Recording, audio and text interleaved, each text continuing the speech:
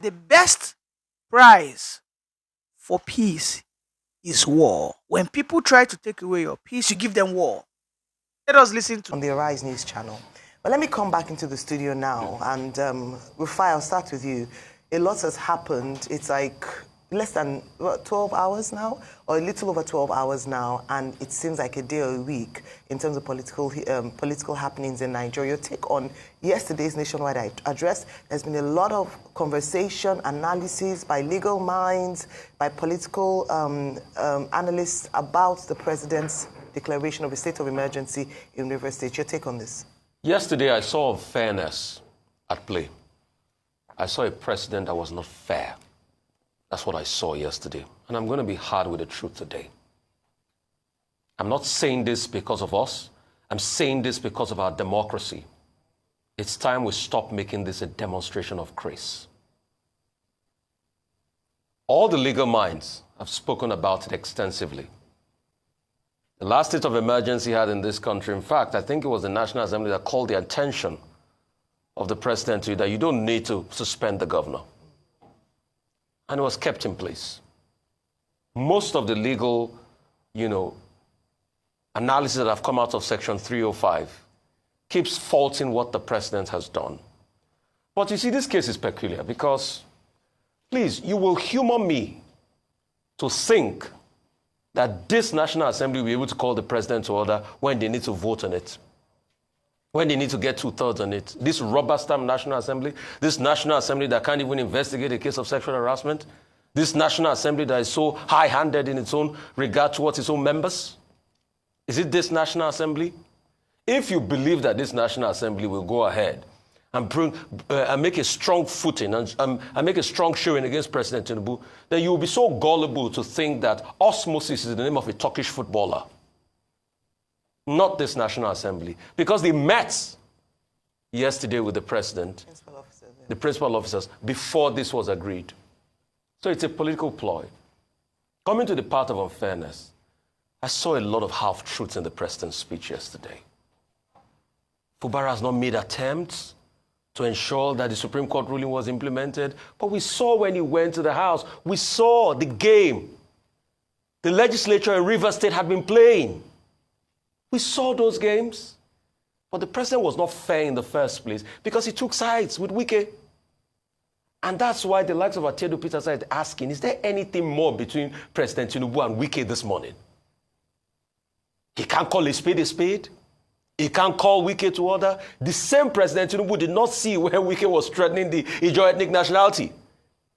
And say, what would they do? The same President Tinubu didn't see all of this. But anyway, what do I expect? It's under President Tinubu's watch that we had 2 speakers in Lagos. It's under President Tinubu's watch we had a disarray in Osun State House of Assembly. You've had political suicides everywhere. But in all of this, he heaped all of the blame on Fubara when we know the real actors in this matter. And like Ebon Adegboruwa was saying this morning, it was part of a grand ploy. Let's call a spade a spade. It was part of a grand ploy. The idea was to remove Fubara in the first place. So they had looked for ways.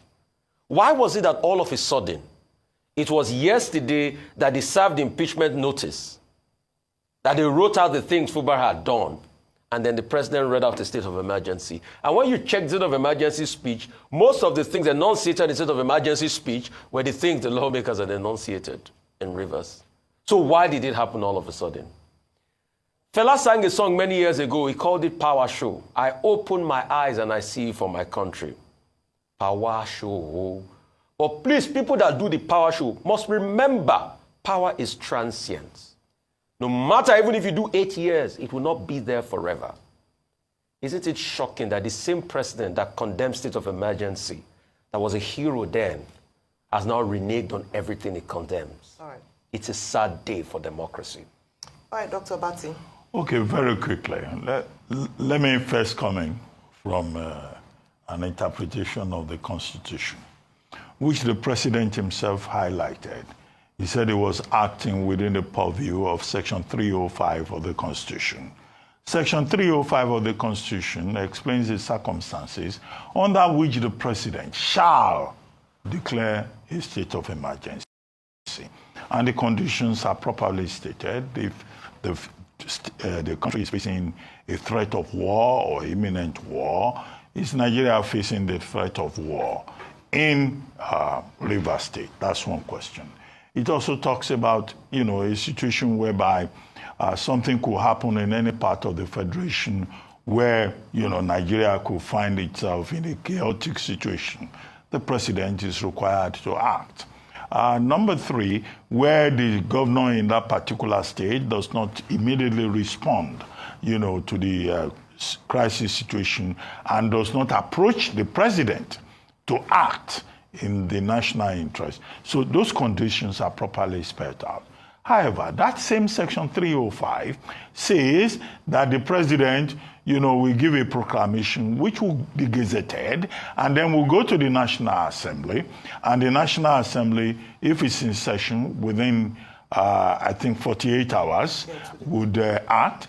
If it's in recess, within 10 days, will act. If the National Assembly does not consider that particular proclamation, gazetted proclamation, valid, then it will vote otherwise. 2/3 majority of the two houses, the Senate and the House of Representatives.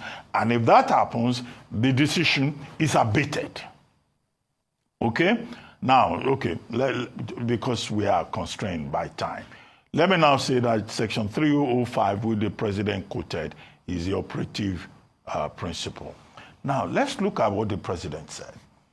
I think that the president has violated the Constitution, even within the purview of Section 305. And he has violated the Constitution because he was not properly advised to respect that section of the Constitution. In what regard did he violate that section of the Constitution? In fact, he acted as a dictator by saying that the administrator that he has appointed can make regulations and laws will be made for the Rivers State House of Assembly henceforth by the Federal Executive Council. The Federal Executive Council does not have such powers. Section 11 of the same Constitution says that, look, when there is a state of emergency, it's only the National Assembly that can make laws for a state House of Assembly. Now, President Tinubu has appropriated unto himself the powers to make laws for the Rivers State House of Assembly. That's an impeachable offense. I don't know whether the National Assembly will have the courage either to reject his gazetted proclamation or to proceed on an issue of impeachment against him for violating the Constitution of the Federal Republic of Nigeria. Now, the other relevant portion of the Constitution is Section 188. Section 188 of the Constitution spells out how a governor can be removed from office. A governor cannot be removed from office by the proclamation of the President of Nigeria. It can only be removed if there is gross misconduct, as put as an allegation by the House of Assembly, and then the CJ is advised to form a panel of reasonable people, people of distinguished qualities in the state. And if that panel now decides, within the purview of Section 188, that those allegations are wrong, that puts an end to that process. The president has not followed that. He has acted unilaterally. Section 1, subsection 2 of the same Constitution says that this country, called Nigeria, cannot be governed except by the provisions of the Constitution.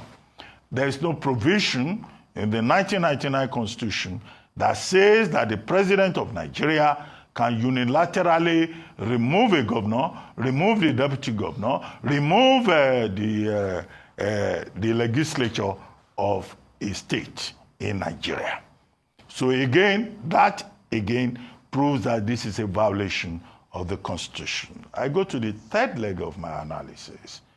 which is to say that who advised the president, the people who advised the president must be called to order. Lateef Fagbemi, SAN, is a very distinguished lawyer. I don't understand how Lateef Fagbemi, SAN, arrived at this advice. And I also say that retired Vice Admiral Ibokete Ibas, if he's a patriot and a citizen, he must reject this appointment, making him sole administrator of Rivers State, because it is a wrong appointment and his own integrity has been called to order.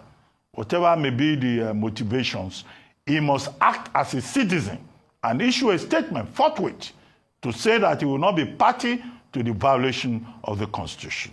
Now, what argument are they putting up? It has been said that, oh, Obasanjo did this when he was president. After all, he removed Dari in Plateau, he removed Fayose in the Ekiti. Look, at that time, Akinolu Jimi, SAN, who was Attorney General, was relying, I think, on the 1960 Constitution. The explanation that he offered that the 1960 Constitution and the emergency, the Declaration of State Emergency Act of 1961 allowed the federal government to remove a governor or remove a legislature. Now, it was wrong. Because at the time he was making that statement, with due respect, the operative law in Nigeria was, either it was the 1999 Constitution. So Akinolu Jimi saying it was 1960 Constitution, 1961 Declaration of Emergency Act was just using political expediency to justify the illegality that President Obasanjo engaged in. And people who are quoting the Obasanjo president must realize that an armed robber cannot say that because one armed robber got away with it, so you also have a right to commit armed robbery. That is wrong. The second point that I would like to make, again with due respect, is that people have been referring to the Jonathan period, that Jonathan declared state of emergency in about 3 states of the Federation, Adamawa, Borno, I think Yobe. Now, that argument has been settled by Mohammed Bello Adoke, who was Attorney General of that time, in his book, The Burden of Service. I don't remember the specific pages. But as a reviewer of that book, I reviewed that book on the back page of this. I recall that Mohammed Adoke argued that there's nowhere in the Constitution that the president is empowered, that's 1979, 1999 Constitution, that the president is empowered to remove a sitting governor or remove a sitting House of Assembly.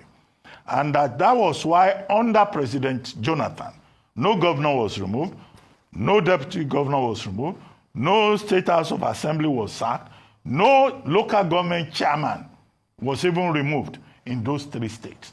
So the people who are just making argument about president, they are speaking out of ignorance. And I recommend Adoke's book for them to find that explanation. Having dealt with the legal framework of this conundrum in which we have found ourselves, yesterday I wrote a piece, back page of this day newspaper, in which I said President Tinubu should take charge of the situation in Rivers. I was reminding him of the crisis in the Western region, First Republic, the Wild Wild West, 1962, the crisis between Adigbenro and Akintola, and when Tafawa Balewa, appointed Majekudumi as sole administrator. The 1960 Constitution allowed Tafawa Balewa to so act. But I said President Tinubu should not allow history to repeat itself. I expected that in intervening, even despite the fact that there have been violations of the pipelines and Joe Youth Congress is saying they will sabotage Nigeria economically, I expected President Tinubu to still act within the province of the law. And that's why I say he has been misadvised. And I think Vice Admiral Ibok Ite should not take this appointment. I also think that the National Assembly should reject this proclamation if it is so presented and not act within its reputation as a rubber stamp National Assembly. The president should be properly advised so that we can have peace in this environment. That's the watchword, peace, and that's why the president has said he has had to take this very difficult decision to declare a state of emergency in Rivers State in the interest of peace and to promote law and order. In terms of the National Assembly, they have said that they'll be meeting today to deliberate and to whether pass the motion or not. All eyes will then be on the opposition. We have to remember that the APC has a very small margin of majority in both houses, in the House of Representatives and the Senate. So let's see if we will now hear the voice of the opposition loudly as their leaders have come out, including Atiku Abubakar, Chief Bode George, the PDP in itself have come out to condemn this move by the president, saying that it is unconstitutional.